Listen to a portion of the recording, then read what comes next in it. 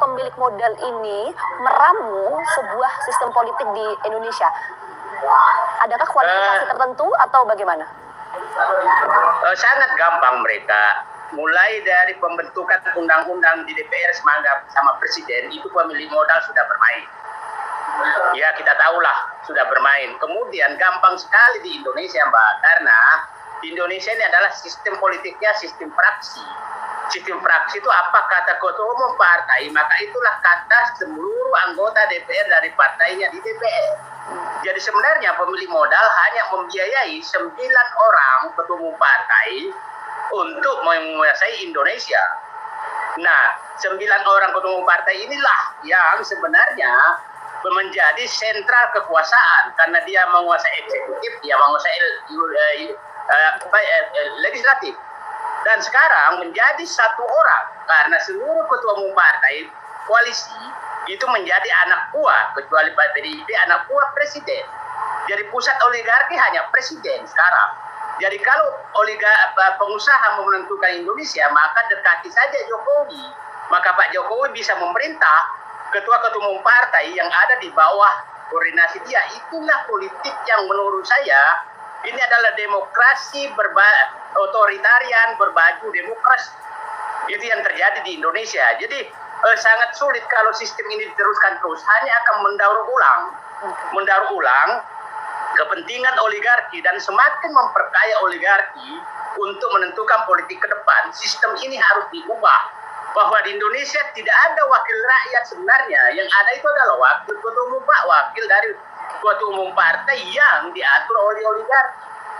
Itulah sebenarnya yang terjadi. Dan sayangnya selalu kita menyatakan negara kita negara demokrasi. Padahal sebenarnya yang terjadi adalah negara kita mengambil demokrasi dari barat, tapi penegakan hukumnya tidak diambil.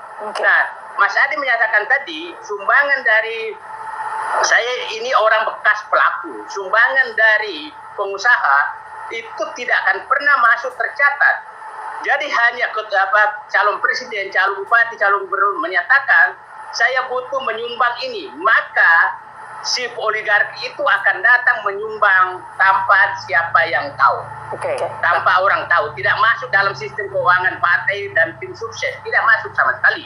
Nah, dia butuh kaos sekian, dia butuh pesawat sekian, maka disiapkan semua oleh oligarki. Jadi kalau mau diaudit itu tidak mungkin ketemu. Tidak mungkin ketemu karena istilah saya yang diaudit rumah utama, penyumbang ada di pavilion. Dan pavilion itulah tempat membagi-bagi uang untuk para pendukung, bukan di rumah.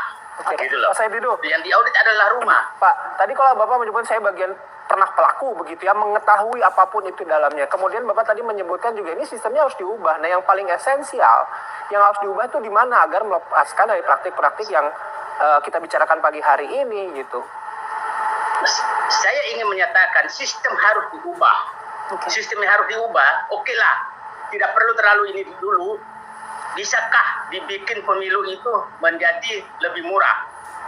Bisakah mencontoh pemilihan anggota Dewan Perwakilan Daerah yang melarang sesiapapun mengeluarkan uang, semua di negara, maka berkampanye di media yang disiapkan. Tidak boleh masang umbul-umbul di atas pohon, tiang listrik, dan lain-lain.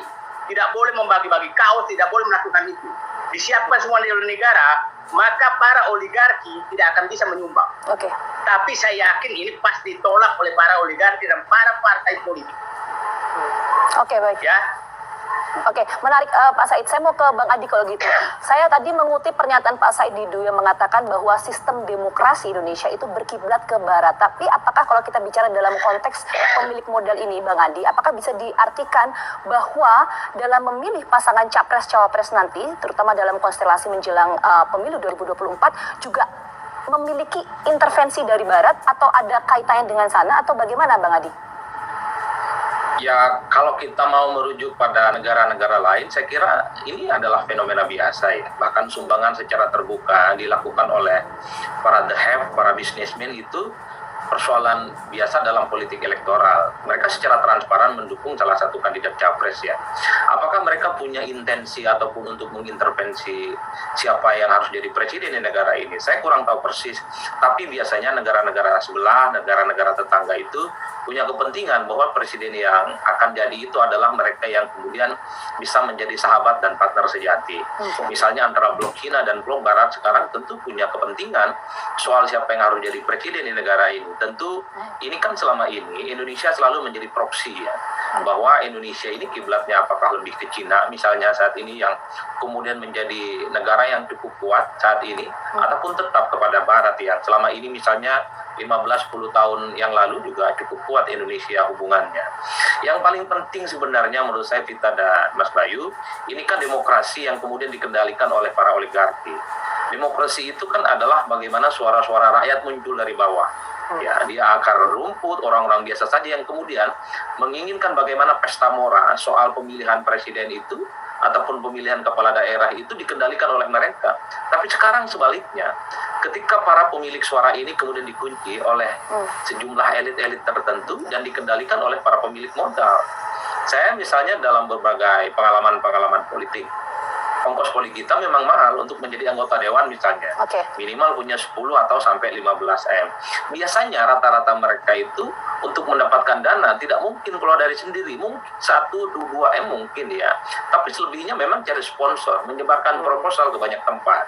Ya, dia mencari bagaimana sumbangan politik itu bisa terdistribusi untuk memenangkan kepentingan politik elektoral. Iya, Bang Adi. Begitupun dengan Pilpres yang jumlahnya cukup mahal. Bang Adi. Jadi, ya gimana? Ya, tadi selain berkaitan dengan ongkos yang cukup mahal juga satu yang ingin saya tanyakan juga, singkat saja mungkin Bang Adi, seberapa dinamis sih kemudian peta politik kita ya menjelang konstelasi nanti?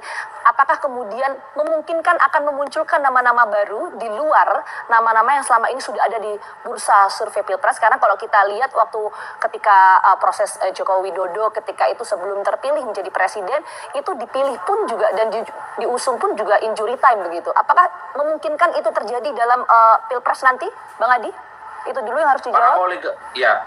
Para oligarki dan para pemilik modal ini dia akan terkonsolidasi bagi sosok-sosok yang memiliki elektabilitas yang cukup kuat versi survei. Mereka nggak mungkin berkolaborasi dengan orang yang memang tidak signifikan muncul dalam berbagai survei popularitas dan elektabilitasnya. Jadi kalau disebutkan oligarki ini punya kepentingan, ya, dan dia tidak mungkin akan mendukung calon yang kalah ya.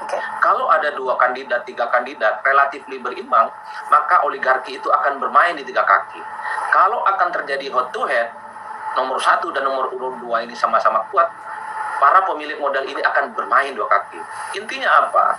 Ini yang saya sebut saling menguntungkan. Di mana ada calon yang kemudian bisa dipastikan menang, maka disitulah sebenarnya oligarki merapat.